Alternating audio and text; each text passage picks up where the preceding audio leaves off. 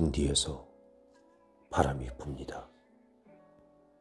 어둑해진 숲속에서 갈퀴가 열어나 있는 크고 기다란 손 하나가 불쑥 튀어나와 영애의 숨 많은 머리를 미친 여자의 그것처럼 휘저어놓곤 사라집니다. 영애는 걸음을 멈추고 숲속의 어둠을 잠시 들여다봅니다. 건빈의 손길을 닮았어 가끔 장난스럽게 긴 머리를 마구 휘저어놓곤 하던 건빈의 손. 그의 손은 따스했습니다. 그리고 늘 손가락으로 다시 빗질을 해주었는데 성급한 아카시아 이파리 몇 개는 벌써 노랗게 변해 바람이 불 때면 팔랑거리며 떨어져 내렸습니다. 그러고 보니 달아나는 여름의 긴 꼬리가 숲의 어둠 속으로 사라지는 것이 환각처럼 보이는 듯도 합니다. 영애는 제 손으로 머리를 빗어 내리고는 종종 걸음으로 언덕을 내려갔습니다. 숲이 끝나는 곳에서 오른쪽으로 돌아서면 상점들이 늘어선 번화한 거리가 나타나고 그 거리의 입구에 오래된 시계라는 카페가 있습니다. 이름처럼 그 카페에 앉아 있으면 나무로 된 낡고 커다란 벽시계 속에 들어가 있는 기분이 들었습니다. 숲을 향해 나 있는 북쪽의 창가에 철 잃은 바바리 코트를 걸친 남자가 혼자 앉아 있었습니다. 무거운 나무 문이 닫히며 내는 삐걱 소리를 들으며 주춤하는 사이 남자가 손을 들어 올렸습니다. 영애는 걸음을 떼는 게 용기를 필요로 하는 일이라도 되는 듯 자신에게 일렀습니다. 건빈이 떠난 후 처음 외출했을 때 익숙하던 도시는 다른 얼굴로 영애를 맞았습니다. 낯선 도시에 유효기간이 지난 낡은 지도를 들고 버스에서 내린 것처럼 막막했습니다. 텅 빈 극장에서 우울한 영화를 보고 나온 한낮의 거리와도 같은 비현실감이 아직까지는 영애를 놓아주지 않았습니다. 문을 열어준 가정부 여자에게서는 독특한 냄새가 났습니다. 음식 냄새에 섞인 옅은 세제 냄새와 분비물 냄새는 그 여자가 비단 가정부일 뿐만 아니라 간병인이기도 하다는 사실을 알려주었습니다. 그렇게 보아 그런지 가정부 여자의 몸은 나이에 비해 다부져 보였고 거든 소매 아래로 드러난 팔뚝은 유난히 굵고 튼튼했습니다. 가정부 여자는 친숙한 방문객을 맞듯 영애를 허물없이 대했습니다. 학생이 온다더니 여학생이네. 저 짝이요. 선생님 시방 저쪽 방에 계셔. 가정부 여자가 가진 턱과 굵은 손가락으로 서재를 가리켰습니다. 영희는 그때 가정부 여자의 목소리를 처음 들었지만 어쩐지 배내 쪽부터 그 목소리로 말해진 많은 말들을 들으며 살아온 느낌이었습니다.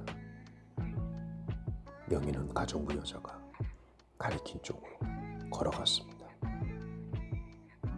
돌아보니 가정부 여자가 거기가 맞다는 의미로 고개를 끄덕여 주었습니다.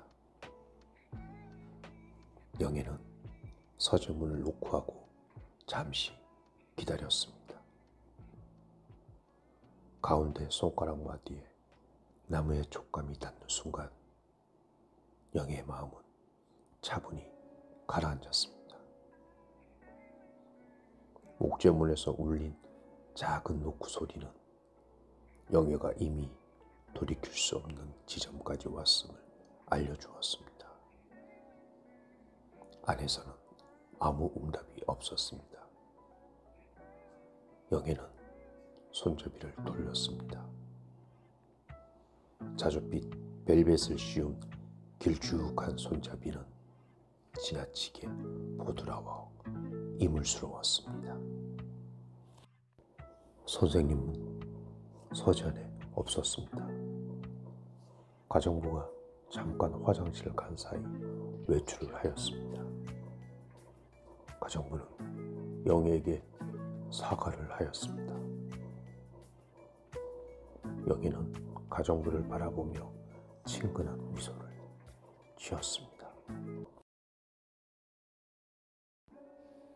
알람이 울립니다.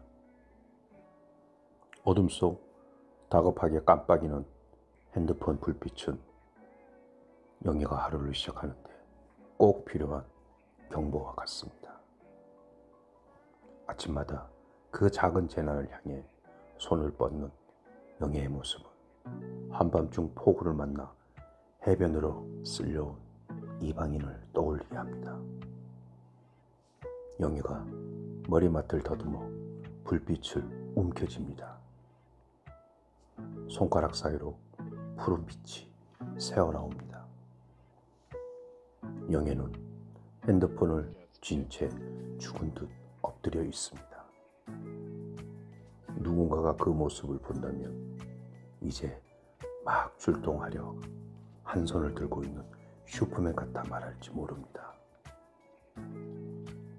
그러니 영애가 아침마다 제일 먼저 하는 일이란 주먹을 뻗는 것인지도 모릅니다. 영애가 자세를 튼다. 몸에서 관절 꺾이는 소리가 난다. 영애는 베개에 얼굴을 묻으며 절망적으로 중얼거립니다. 그리고 그 절망이란 늘 한 가지 종류의 것뿐입니다. 피곤하다. 복도 위로 신문 떨어지는 소리가 들립니다. 권빈이 끙 소리를 냅니다. 오늘은 1시간 일찍 출근해야 하는데. 머리 위로 어지럽게 흩어진 원고 뭉치가 보입니다. 영애는 고민한다. 조금만 더 잘 것인가 말 것인가. 조금만 더 잔다면 얼마나 잘 것인가. 직장까지 택시로 10,000원이니 벌금 낸다 치고 딱 10,000원어치만 자면 안 될까. 그냥 지각해버릴까. 당장의 숙면이 20,000원어치의 가치가 있다면 그러면 자도 되는 거 아닌가. 그러나 20,000원으로 할 수 있는 일은 또 얼마나 많은가. 한 번도 지각한 적이 없으니 한 번만 지각할까. 그래, 성실함이란 미래의 실수를 위한 달란트 같은 것일지도 몰라.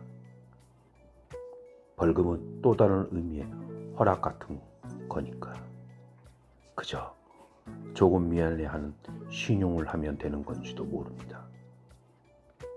영애는 새벽 공기를 흡입하고 6시 30분 첫 차를 타고 출근합니다.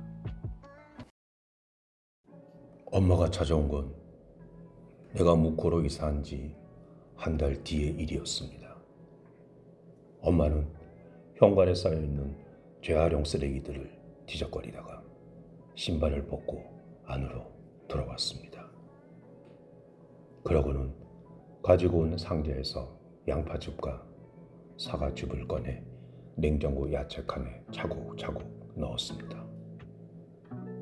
이거 어디다 걸어? 나는 엄마에게 전폰을 받아서 안방 옷장에 걸어두고 거실로 나갔습니다. 그 사이 엄마는 거실 소파에 누워서 눈을 감고 있었습니다. 나는 아메리카노를 한 잔 타서 소파 옆 탁자에 올려놓았습니다. 영애야, 너가 있을 곳이 아니다. 너무 외지고 사람도 없고. 엄마가 눈을 감은 채 말했습니다. 여기 안 외져. 직장도 있고 사람들도 순수해서 좋아. 영애는 거기까지 말하고 잠시 망설이다가 입을 열었습니다. 엄마, 묵호에 몇 번 와봤어, 할머니 보러? 너도 알잖아, 그런 사이 아니라는 거. 왜? 할머니 만나보기라도 하려고? 그런 건 아니지만. 영애야, 기회 되면 다시 서울로 올라와야지. 너 설마 최서방 아니 걔 때문에 그러는 거야? 마주칠까봐? 나 어차피 학교 아니면 집이잖아. 서울이든 묵호든 나한텐 별로 중요하지 않아. 영애야, 네 젊음이 아까워. 남자도 다시 만나야지. 엄마는 그렇게 말하더니 자리에서 일어나 커피를 몇 번이고 후후 불어 마셨습니다. 남자 없이도 잘 살 수 있어, 엄마. 영애야, 사람들이 이혼녀 얼마나 우습게 보는지 알아? 다들 뒤에서 뭐라 해. 나는 대답 없이 비 내리는 창밖을 바라보았습니다. 그건 누구보다도 내가 잘 알아. 세상이 바뀌었어, 엄마. 엄마 살던 때랑 지금이 같다고 생각하지 마. 영애야, 아무리 허접한 남자라도 울타리는 되는 거야. 남자 있는 여자라야 사람들이 함부로 못해. 엄마, 살아본 사람이 하는 말이야? 나는 더는 참을 수가 없어서 집 밖으로 나왔습니다. 남자가 꼭 필요하다고? 무작정 걷다 보니 마트 앞이었습니다. 마트에서 아이스크림 몇 개를 산 뒤 집까지 천천히 걸어갔습니다. 마음을 다 잡으려고 심호흡을 하면서 집으로 들어가자 엄마가 대수롭지 않은 표정으로 나를 쳐다봤습니다. 나는 엄마에게 아이스크림 하나를 건네고 나도 하나를 먹으면서 아무 일도 없었다는 듯이 이야기하려고 노력했습니다. 엄마는 나 혼자 살기에 무섭지는 않은지, 새로운 직장은 마음에 드는지 물었습니다. 아는 사람이 없어서 내가 아프거나 무슨 일이 생겼을 때 봐줄 사람이 있겠느냐는 말을 했습니다. 외롭지 않으냐고, 혼자서 외롭게 지내는 것이 마음에 걸린다고 했습니다. 엄마, 나 혼자가 편해. 정말이야. 내가 엄마에게 해준 말은 그것밖에 없었습니다. 엄마가 온전히 내 편을 들어주고 내 마음을 이해해 주리라는 희망 같은 것을 나는 포기했습니다. 오늘도 나는 새로운 환경에 적응하면서 행복한 일상을 보냅니다. 불을 끈 지 1시간째 영애는 벽에 비친 그림자와 대면하고 있었습니다. 그림자를 만든 것이 달빛이 아니라며 개울 건너 교회 앞에 가로등 비칠 것입니다. 감나무 밭에 수많은 나뭇잎들이 그 빛에 길을 막아 섰을 것이고, 그중 7장의 나뭇잎 그림자가 창을 타넘고 방 안 깊숙이 들어온 것이었습니다. 문득 나뭇잎 그림자가 사각사각 흔들렸습니다. 니 앉아나. 영애는 눈을 감고 있었습니다. 참말 별일 없나? 네가 불쑥 찾아오모 나는 고마 칸이 출렁한다. 광산이 변할 만큼 세월이 흘렀으니 하는 말이지만 아이고 흙도 얼어붙어 발밑에 쩍쩍 달라붙는 삼동에 느닷없이 배를 남삼처럼 내밀고 와서는 뱃속에 한우 들었는데 애비는 없다 하지. 그때 열불나고 기막힌 심정을 어째 말로 하겠노? 네 아버지 앞에 얼굴은 못 들고 동네 사람한테 우사스러워서 대문간을 못 나서겠고 그래도 하는 받아야 하니 산파 찾아다니고 이용사 나누고 엄마 와 걱정하지 마. 또 그러기에 하겠어요? 그땐 아이 어려 그랬지만 혹시 그리 되어도 엄마를 찾아오지는 않을게. 아이고 야가 참말 간 떨어질 소리를 그거로 지금 말이라고 하냐? 니 또 엄마의 몸통이 나무둥지처럼 굳으며 눈이 두따산상의 도끼 눈으로 변했습니다. 아니야 엄마가 노심초사하니까 장난을 해본 소리야. 참말로 미친년 딱 한 번만 더 그걸로 오기만 해라. 그때 니 죽고 내 죽는 기다 알았나? 엄마는 정말 화가 났는지 주먹을 쥐고 어깨에 죽지를 사정없이 후려쳤습니다. 아이고 시원해. 더 때려줘. 안 그래도 좀 맞고 싶었어.